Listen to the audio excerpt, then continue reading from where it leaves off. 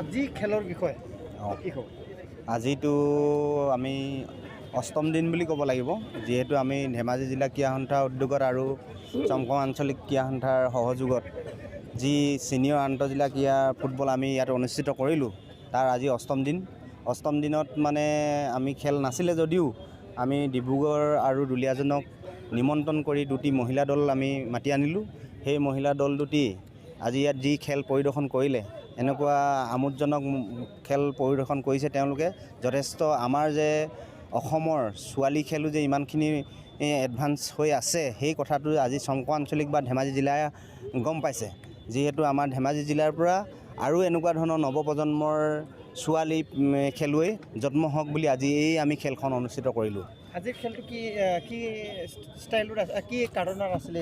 আজি খেলটো মূলৰ কাৰণটোৱে হ'ল কি, ধেমাজি জিলাৰ পৰা যাতে আমাৰ মহিলাৰ যি খেলুৱৈসকল প্ৰডাকশ্যন কৰিব পৰা নাছিলোঁ আমি, তাৰ আজি এটা আৰ্হি দিলোঁ। আজি ইয়াতে ধেমাজি খেলুৱৈ আছে, 4গৰাকীকৈ ধেমাজি খেলুৱৈও আছে আৰু নেশ্যনেল খেলাৰ খেলুৱৈও আছে ইয়াতে। দুলীয়াজান আৰু ডিব্ৰুগড় হৈ নেশ্যনেল খেলুৱৈও খেলিছে।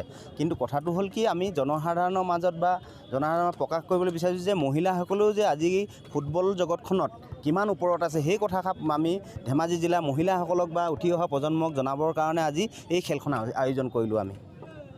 আমি যোৱা 28/9/2021 পৰা যি ছিনিয়ৰ আন্তঃজিলা ফুটবল খেলখন অনুষ্ঠিত কৰিছোঁ, সেই খেলখনৰ অহাকালিলৈ 6 তাৰিখে অন্তিমখন খেল অনুষ্ঠিত কৰিবলৈ লৈছোঁ। আমি অন্তিমখন ফাইনেল হিচাপে আমি লৈছোঁ। F জোনৰ ফাইনেল খেল হ'ব। সেই ফাইনেল খেলখনত গহপুৰ আৰু ওদালগুৰি ফাইনেলত প্ৰৱেশ কৰি আছে। তেখেতলোকৰ খেল ইমানেই সুন্দৰ হৈ আছে, অহাকালিলৈ এখন এনেকুৱা উত্তেজনাপূৰ্ণ খেল হ'ব, সেই খেলখনি যাতে সকলো ৰাইজে উপভোগ কৰি ভাল পাব আৰু আমাৰ নৱপ্ৰজন্মৰ প্লেয়াৰসকলে তেখেতলোকৰ পৰা কিছু অভিজ্ঞতা আহৰণ কৰিব বুলি মই আশা এটা ৰাখিছোঁ।